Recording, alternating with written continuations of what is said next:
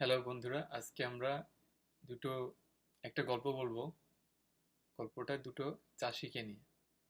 তো একটা চাষি, দুইজন চাষি আছে, দুইজনেরই একটা জমি আছে।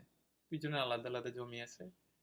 এখন একজন চাষি সে প্রতিদিন ঘুম থেকে ওঠার পরে সে মনে করে যে আজকে তো একটু বেশি রোদ পড়ছে, আজকে যাব না। বা আজকে বেশি ঠান্ডা পড়ছে, যেদিন ঠান্ডা পড়ে সেদিন সে মনে করে আজকে ঠান্ডা পড়ছে বেশি, আজকে একটু বেশি করে ঘুমাই, আজকে যাব না খেতে। বা যেদিন বৃষ্টি পড়ে সেদিন মনে করে কি আজকে তো বৃষ্টি পড়তেছে, আজকে তাহলে যাব না, কালকে যাব বৃষ্টি কমলে। যদি কোনোদিন তার বেশি খিদা লাগে, মনে করে কি যে আজকে বেশি খিদা লাগছে, এই জন্য আমি আজকে খেতে কাজ করতে যাব না। যেদিন বেশি খেয়ে ফেলে সকালে, সেদিন বলে কি, ও আজকে শরীরটা বড় ভারী লাগতেছে, বেশি খেয়ে ফেলছি, আজকে যাওয়া যাবে না। তো এইভাবে করে করে তার কোনোদিনও তার খেতে গিয়ে কাজ করা হয় না। সে মনে করে যে সবকিছু একা একাই হবে। এখন আরেকজন চাষি, সে একটু অন্যরকম। যেদিন অনেক রোদ পড়ে, অনেক গরম পড়ে, সেদিন তারও মনের মধ্যে মনে হয় যে আজকে একটু আরাম করি।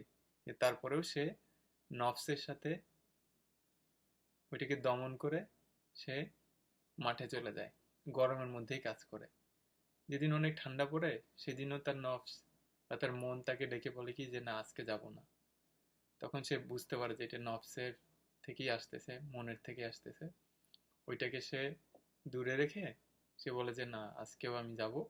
আজকে যদি ঠান্ডাও পড়ে বেশি, তাও গিয়ে আমি কাজ করবো। তো কিছু সময় কাজ করার পরে শরীর গরম হয়ে যায়, তার সমস্যা হয় না। যেদিন শীত পড়ে, সেদিনও তাকে তার নফস বা তার মন ওইভাবে তাকে বলে কি যে না, আজকে যাওয়া যাবে না, আজকে আজকে একটু ঘুমাই বেশি করে। কিন্তু চাষি ওইটাও শোনে, কিন্তু এটা আমল দেয় না।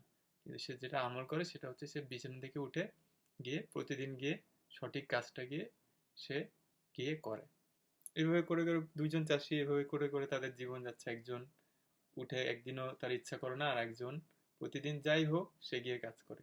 এভাবে করে করে যখন ফসল তোলার সিজনটা আসলো, তখন দেখা গেল যে চাষিটা সে প্রতিদিন সকালে ঘুম থেকে উঠে মনে যাই আসুক, তারপরেও সে গিয়ে সঠিক কাজটা করছে, খেতে গিয়ে পানি দিছে, কষ্টগুলো করছে, তার ক্ষেত সোনার ফসল দিয়ে ভরা।